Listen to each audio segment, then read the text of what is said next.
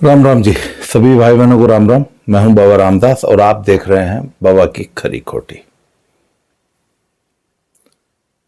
कल से हरियाणा का एक बड़ा चर्चित घटनाक्रम है, उस पर आज एक वीडियो बनाने जा रहा हूं। कल एक खबर वायरल हुई कि एक कोई कांग्रेस नेत्री हैं हिमानी नरवाल, रोहतक से, सांपला बस स्टैंड के पास फ्लाईओवर के बगल में पुलिस को सूचना मिली कि एक सूटकेस पड़ा है, बदबू आ रही है। तमाशबीन इकट्ठे हो गए, पुलिस आई। पुलिस ने सूटकेस खोला तो एक 22-23 वर्षीय लड़की की डेड बॉडी उसमें सूटकेस में पैक थी। चलो जी, तब ऐसे में पुलिस सबसे पहले पंचनामा तैयार करती है, बॉडी को पोस्टमार्टम के लिए नजदीकी अस्पताल भेजती है जहां पोस्टमार्टम की सुविधा हो, और सबसे पहला काम होता है बॉडी की शिनाख्त करना कि ये कौन है। और सबसे पहला जो काम करती है पुलिस, अगल बगल के सीसीटीवी कैमरा खंगालने शुरू कर देती है। आजकल चप्पे चप्पे पे सीसीटीवी कैमरा लगे हुए हैं। तो बाई चांस जहां वो बॉडी डंप की गई थी फ्लाईओवर के पास, वहां कोई नहीं था, पर वो तो पुलिस ढूंढ लेगी, कोई न कोई किसी न किसी सीसीटीवी कैमरा में कोई न कोई गाड़ी मिल ही जाएगी। खैर, शाम तक उसकी शिनाख्त हो गई। कांग्रेस नेत्री हिमानी नरवाल बहुत तेजी से रोहतक क्षेत्र में कांग्रेसी कार्यकर्ता के रूप में उभर रही थी। भारत जोड़ो यात्रा में संत शिरोमणि राहुल गांधी जी के साथ भी शामिल हुई थी भारत जोड़ो यात्रा में। और जैसा कि आमतौर पर देखा गया है, ऐसी कार्यकर्ताओं के साथ राहुल जी बहुत चपक के फोटो खिंचाते हैं, एकदम ऐसे बगल में खड़ा करके। तो राहुल जी के साथ उसकी फोटो भी दिखी। फिर बाद में पता चला कि बहुत ही सक्रिय कार्यकर्ता थी, और भूपेंद्र हुड्डा, दीपेंद्र हुड्डा और आशा हुड्डा, दीपेंद्र हुड्डा की जो माता जी हैं आशा हुड्डा जी, उनके बहुत क्लोज थी। फिर वीडियोज आने लग गई कि हिमानी नरवाल की माँ कांग्रेसियों को भर भर के गाली दे रही है। खास तौर पर उसकी सबसे बड़ी नाराजगी जो थी वो आशा हुड्डा के प्रति थी कि मेरा फोन नहीं उठाया, मेरी बेटी ने अपना तन मन धन जीवन सर्वस्व जो है कांग्रेस पार्टी के लिए न्यौछावर कर दिया, और ईब कोई कांग्रेस पार्टी का मेरे घर नहीं आया। या भाई, मृतक परिवार ये उम्मीद करता है कि पार्टी वाले या जो भी लोग हैं जिनसे हम जुड़े हुए हैं वो आएंगे, हमें सांत्वना देंगे। ये सब दुखी है तो मां तो चलो वो सब बोलेगी ही। खैर साहब, उसके बाद डिटेल्स निकल के आई तो मां कह रही है कि 10 साल से कांग्रेस में तन मन धन से लगी हुई थी। तो एक वीडियो पे मैंने कमेंट पढ़ा, इस सोशल मीडिया ना बहुत निष्ठुर होता है, निर्मम, कोई लाज लिहाज नहीं। सच तो मेरे बेटा 1 सेकंड में बोल दे। तो एक भाई ने बहुत कड़वा सच बोल रखा है नीचे।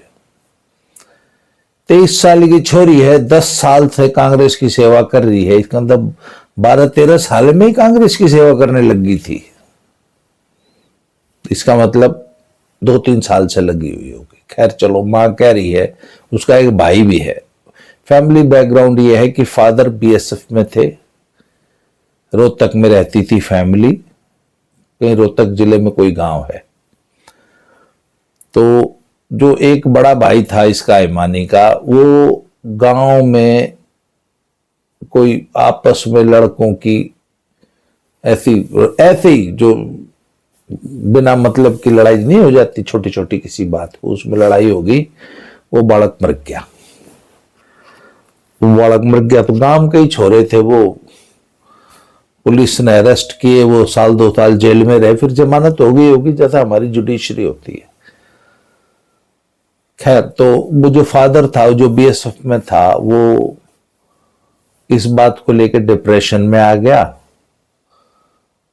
जबकि ही वॉज ऑन ड्यूटी। तो वो डिप्रेशन में आ गया, फिर कई साल डिप्रेशन में रहा, फिर 2011 के आसपास ऐसा बताते हैं कि उसने, फादर ने जो है खुद को जो है खत्म कर लिया, खुद ही स्वयं।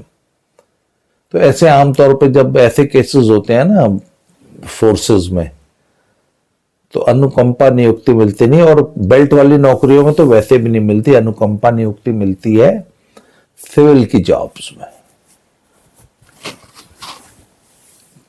तो उसके बाद वो बताती है माँ की फैमिली जो है वो, उसको मैं यहाँ रोहतक से दूर ले गई, दिल्ली में भी एसएफ कैंप के आसपास कहीं कोई वहां रहती थी।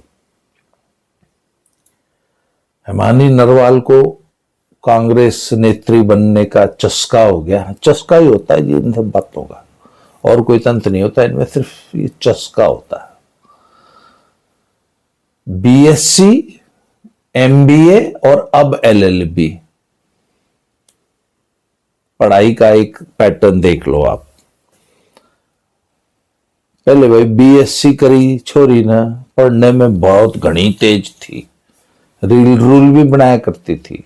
ऐसी जितनी भी तेज छोरी पाओगी ना, वो उसकी रील जरूर पाओगी इंस्टाग्राम पे।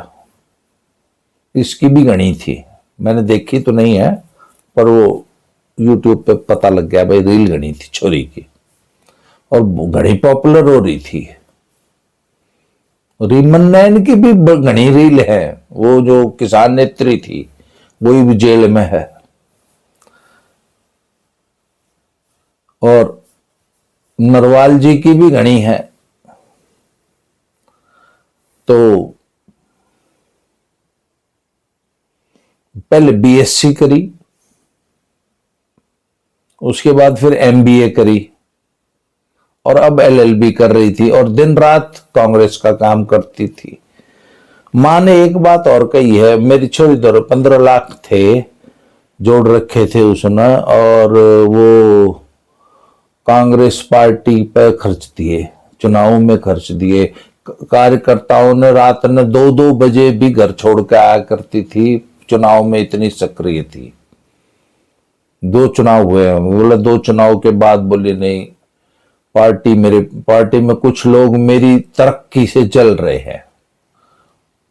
मां बार बार यही आरोप लगा रही थी कि कांग्रेस पार्टी के कुछ लोग उसकी तेजी से उभरती हुई लोकप्रियता के कारण उससे चिढ़ने लगे थे, जलने लगे थे, उसकी टांग खींचने लगे थे। ये तो स्वाभाविक होता है।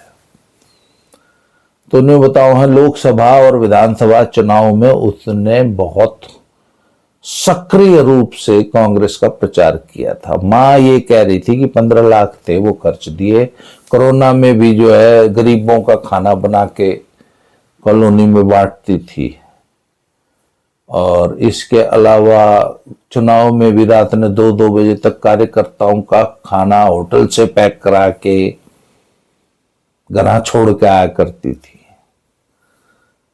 और बहुत तेजी से लोकप्रिय हो रही थी। तो एक तो भाई एक बड़ी कड़वी बात बोलते हो, मेरे चैनल का नाम है खरी खोटी, हम मिठी गोली नहीं दिया करते अपने दर्शकों को। सुंदर सुंदर छोरी जो है ना, जब इस टाइप के काम करने लग जाती है ना,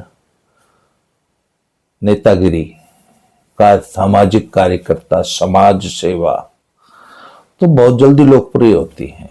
उनके पास दिखाने के लिए लटके झटके बहुत होते हैं ना। और बात यह है कि किसी भी मंच पे, वो रीमन नैन भी नहीं लोकप्रिय हुई थी किसान आंदोलन में, और ये हिमानी नरवाल भी ऐसे ही हुई होगी। कोई भी सोशल कॉज हो, सोशल मंच हो, आम तौर पे देखा जाता है कि उसमें महिलाओं की भागीदारी ऑलमोस्ट जीरो होती है। तो 2, 4, 10 ऐसी महिलाएं होती है जिनको ये सोशल कॉज, सोशली काम करने का, पॉलिटिकल सर्कल्स में घूमने का, उसमें भाषण देने का, इन सब का चस्का होता है। तो चूंकि हजारों मर्दों के बीच में एक अकेली लड़की है, तो उसका लोकप्रिय होना बहुत स्वाभाविक है। मंच पे एक शोभा भी तो बढ़ानी होती है ना भाई। मंच पे 10 लोग बैठे हैं, उसमें एक सुंदर सी लड़की भी बैठी हो जो बोलने में, अच्छा अगर बोलने में ठीक हो गई तो फिर तो क्या नहीं क्या, और अगर कहीं गलती से तुकबंदी वाली कविता भी पढ़ने लग जा, ओ फिर तो सोने पे सुहागा हो गया। तो जितने भी पॉलिटिकल कार्यक्रम होते हैं वहां मंच पे दिखाने के लिए चेहरे चाहिए होते हैं। तो लड़कियां और औरतें अगर सक्रिय होना चाहे तो बहुत तेजी से पॉपुलर होती। अब किसी ने इनको पहुंचा दिया होगा राहुल गांधी की भारत जोड़ो यात्रा तक, कोई बड़ी बात नहीं है। और जब चुनाव होता है तो हजारों कार्यकर्ता काम करते हैं, सबके अपने अपने वेस्टेड इंटरेस्ट होते हैं। तो जब आप काम करोगे, और नेता को तो कार्यकर्ता चाहिए, और नेता के लिए कार्यकर्ता क्या है? Tissue paper. टिश्यू पेपर का मतलब समझते हैं? अंग्रेज टॉयलेट में, संडास में एक कागज रखते हैं और वो धोते नहीं है क्रियाक्रम के बाद, वो कागज से पोंछ के उसी कागज को बहा देते हैं, फेंक देते हैं, डस्टबिन में डाल देते हैं। तो नेताओं के लिए ये जो छोटे भैये कार्यकर्ता होते हैं, ये टिश्यू पेपर से ज्यादा कुछ नहीं होते। कहते आशा उड्डा फोन नहीं उठा रही, ये क्यों उठाओगी तारा फोन? वो क्या लगती है तू उसकी? है? अच्छा बोले मेरी छोरी ने कांग्रेस खातिर तन मन धन जीवन समर्पित कर दिया। क्या करती थी भाई तेरी छोरी कांग्रेस में? कांग्रेस के लिए क्यों तेरी छोरी इतनी इंपॉर्टेंट थी? कितने वोट थे तेरी छोरी धरे? भाई लोकतंत्र में, लोकतंत्र का जो धंधा है ना, धंधा है ये लोकतंत्र, एक इस धंधे में मुंडी गिनी जाती है, ये खोपड़ी ऐसे गिनते हैं 1 2 3 4, ओह 10 आ गए भाई। आजकल तो गिनने का भी काम मशीन ने शुरू कर दिया। कुंभ में कितने आदमी गए, सैटेलाइट से गिन रहे थे लोग। तो भैया लोकतंत्र में तो खोपड़ी गिनी जाती है। नरवाल जी आपके पास कितने कार्यकर्ता थे, कितने वोट थे, कौन से गांव में कितने वोट दबा दिए आपने दीपेंद्र हुड्डा को या भारत भूषण आशु को? ऐसे कुछ नाम है ना वो रोहतक वाले एमएलए साहब का, ऐसे ही है, यही है शायद। बत्रा भारत भूषण आशु तो पंजाब के हैं, लुधियाना वेस्ट के। कोई बत्रा जी हैं, ऐसे ही कुछ नाम है, अभी भूल गया, देखो अभी थोड़ी देर पहले पढ़ा था। तो कितने वोट थे भाई? कार्यकर्ता तो वो होता है जो अपने गांव की वोट दबाता है। और हुड्डा साहब के कार्यकर्ता तो 2 काम करते थे, चुनाव में वोट दिलवाते थे, बूथ मैनेजमेंट करते थे, और जब सरकार बन जाती तो खर्ची पर्ची के लिए खर्ची इकट्ठी करते थे। फिर खर्ची से पर्ची आती थी, पर्ची से लोगों की नौकरी होती थी, काम होते थे, ट्रांसफर पोस्टिंग उद्योग चलता था, काम धंधा रुपए पैसे का जुगाड़ होता था। अब 10 साल थे तो खट्टर साहब की सरकार थी, वहां तो बेचारे कांग्रेस के तो छोड़ो, बीजेपी कार्यकर्ता भूखे मर गए। बीजेपी कार्यकर्ताओं को ही घर बैठा दिया था। बीजेपी कार्यकर्ता 1 कप चाय को तरस गया। और जहां भी बीजेपी की गवर्नमेंट है, हर जगह, यूपी में भी यही हाल है, कार्यकर्ता को कोई 1 कप चाय नहीं पूछता जहां बीजेपी गवर्नमेंट होती है। तो 10 साल तक तो बीजेपी गवर्नमेंट थी, तो कांग्रेस कार्यकर्त्री को क्या मिलता होगा? और सारी दुनिया सारी बात कर रही है, एक बात कोई नहीं पूछ रहा, वो मैं पूछ लेता हूं। भाई पिछले, माँ तो कह रही 10 साल थे, पर हम मान लेते हैं 2-3 साल थे। लड़की कांग्रेस कार्यकर्त्री थी, नेत्री थी, कांग्रेस में सक्रिय थी, प्रचार कराया करती थी, अच्छी बात है। बोले भाई हर काम के लिए पैसे लगते हैं।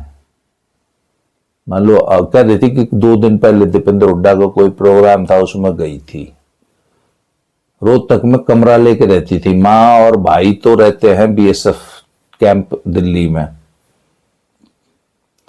और छोरी जो है एलएलबी कर रही थी और रोहतक में कमरा लेके रहती थी किराए का। एक माँ ने एक बात और कही, एक वीडियो पे मैंने सुनी है कि वो तो कांग्रेस के किसी नेता से पता नहीं क्या कह रही थी कि मेरे एग्जाम है एलएलबी के, तो स्कूल कॉलेज वाले फीस मांग रहे हैं, तो उनसे इतनी कह दो कि मैं फीस बाद में दे दूंगी, अभी मेरे को पेपर देने दे। कहने का मतलब कॉलेज में फीस जमा नहीं की है। तो भाई ये जो नेतागिरी होती है ना, इसको करने के लिए पैसे लगते हैं। हर रोज अगर आपको दीपेंद्र हुड्डा के एक कार्यक्रम में मान लीजिए आज जाना है, तो अपने घर से जब निकलोगी ना और उस कार्यक्रम तक पहुंचोगी, वहां तो 1 कप चाय और ब्रेड पकौड़ा मिलेगा, अगर मिल गया तो, थ्या गया तो, और शाम को अपने घर उल्टी आएगी। इसमें आज की महंगाई के जमाने में अगर बहुत रोक के भी खर्चा करेगी तो 500 रुपए खर्च हो जाएंगे। अब ऐसे कार्यक्रमों में भीड़ ले जानी पड़ती है, तो हो सकता है 2-4 आना और ले जाएगी, तो या तो उनमें तो कोई खर्चा करेगा, नहीं तो तू करेगी। तो भी सीधी सी बात है, जो लड़की 4 साल से नेतागिरी कर रही थी, तो मेरे जैसा आदमी तो एक सवाल जरूर पूछेगा, what is the source of funding? ये सब करने के लिए पैसे कहां से आ रहे थे? फंडिंग का सोर्स क्या था? क्योंकि जो नेताओं की, जो ये कार्यकर्ताओं की औकात है ना, ये मुझे तो बड़ी अच्छी तरह मालूम है क्या औकात होती है इनकी।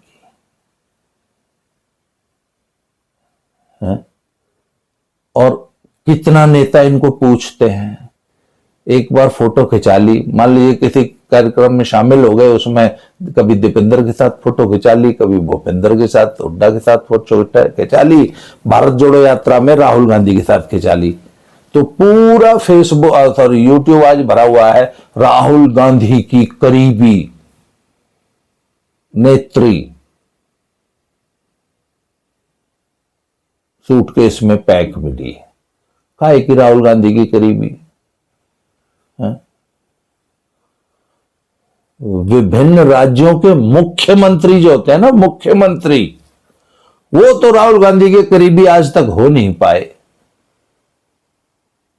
मुख्यमंत्री 3-3 दिन दिल्ली में आके अपॉइंटमेंट मांगते रहते हैं। मुख्यमंत्री राहुल गांधी इतना बिजी आदमी है, इतना बड़ा आदमी है, विश्व का एकमात्र बड़ा नेता है, 3-3 दिन मुख्यमंत्रियों से मिलने का टाइम नहीं होता। बोले नरवाल जी राहुल गांधी की करीबी नेत्री थी। अच्छा भाई, तो मेरा एक सवाल है भैया, ये नेतागिरी करने में या दुनिया का कोई भी काम करने हैं, कुछ भी करना है, रोज अगर जिंदा रहना है ना, तो आज के जमाने में 500 रुपए रोज का खर्चा है। 100 रुपए की सब्जी एक इतने से पॉलिथीन में आती है, 100 रुपए की सब्जी। अकेला आदमी भी अगर पाव भर प्याज, पाव भर टमाटर और एक घिया भी लेके आएगा ना इतनी सी, तो 100 रुपए लग जाए। 10,000 से नीचे कमरा नहीं मिलता रोहतक में। और जो मेकअप, अभी थोड़े दिन पहले एक बता रहे थे कि किसी के ब्याह में गई थी, 3-4-5 दिन पहले कोई लड़की थी, उस लड़की का इंटरव्यू एक यूट्यूब चैनल ने सुना रखा है। वो लड़की बोले मैं तुझे जानती भी नहीं, मैं तो इतना भी नहीं जानती कौन थी, बस मन तो न्योता दिया था, वो ब्याह में आई थी। आप वो वीडियो देख लेना।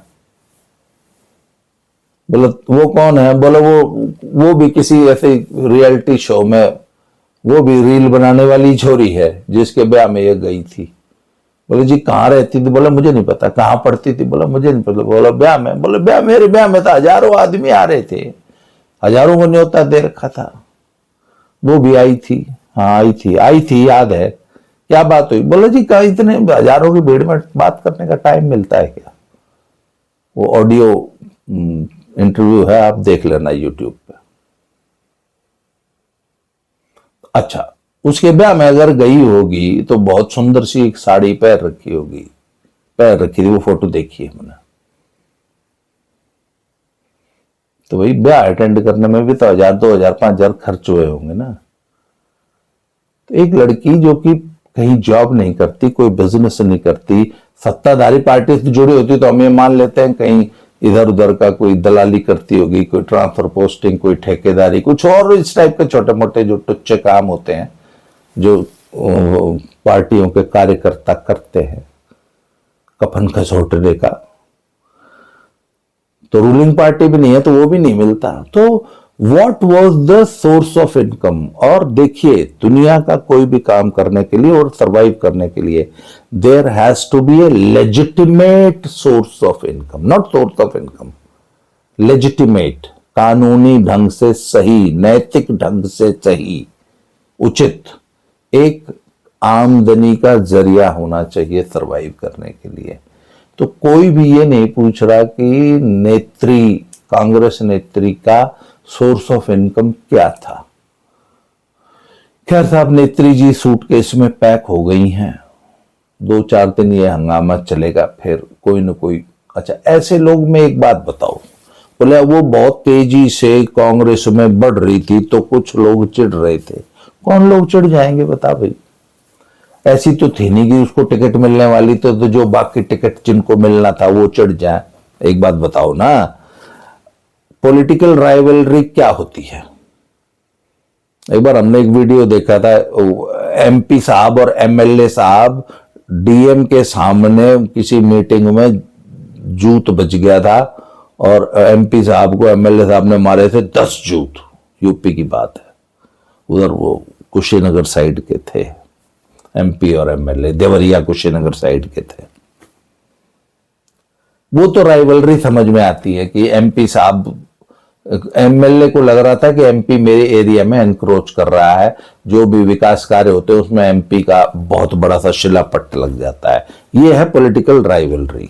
या एक सीट की टिकट पे 2 दावेदार हैं, 3 दावेदार हैं, एक बढ़ गया वो टिकट ले आया, ये तो है राइवलरी। कांग्रेस नेत्री जो कि टुच्ची थर्ड क्लास कार्यकर्ता है, उसकी कौन सी राइवलरी थी? कौन मरवा देगा? आप बताओ।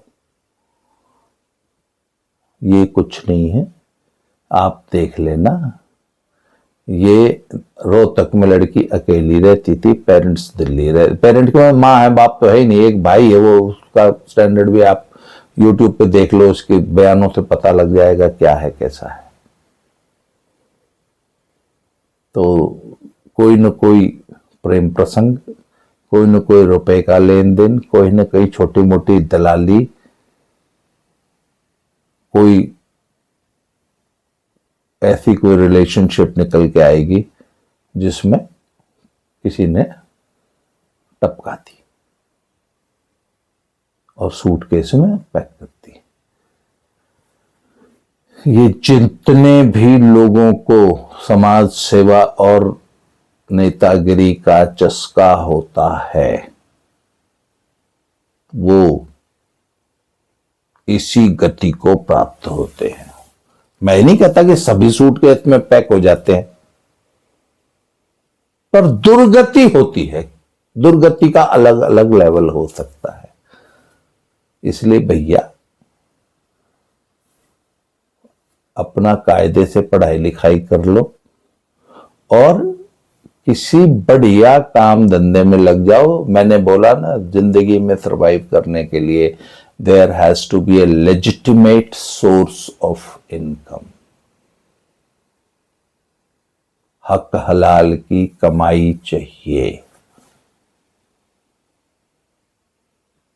अगर वो नहीं है तो इस प्रकार के दंड फंद और उल्टे सीधे काम, बोले मैं तो कांग्रेस की नेता हूं, मैं तो कांग्रेस खातिर तन मन धन जीवन समर्पण कर रही हूं, तो ऐसे जीवन ऐसे सूटकेसों में ही पैक होते हैं।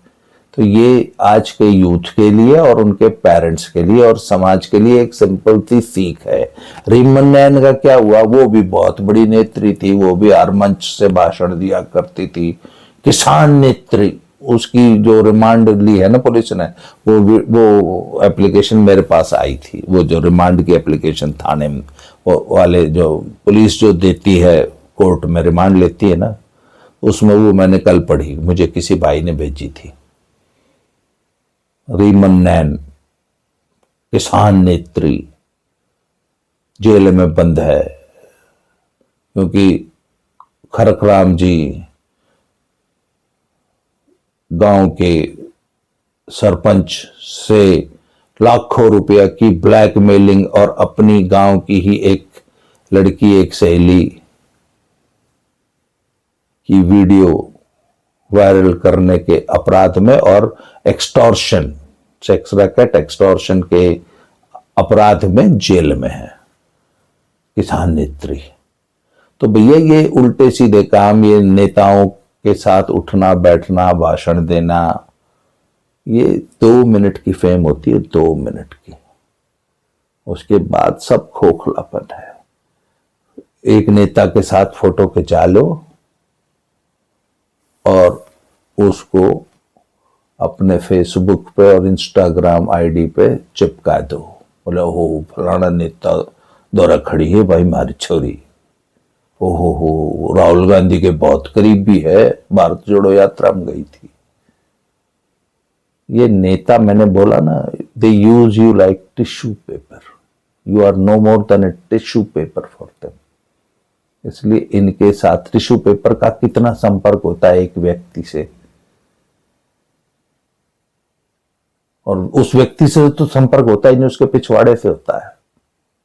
तो इन नेताओं के लिए टिश्यू पेपर मत बनो, अपना जिंदगी में कुछ ठोस, कुछ बढ़िया सा काम कर लो, नहीं तो रीमन नैन और नरवाल जी की दुर्गति को प्राप्त हो जाओगे।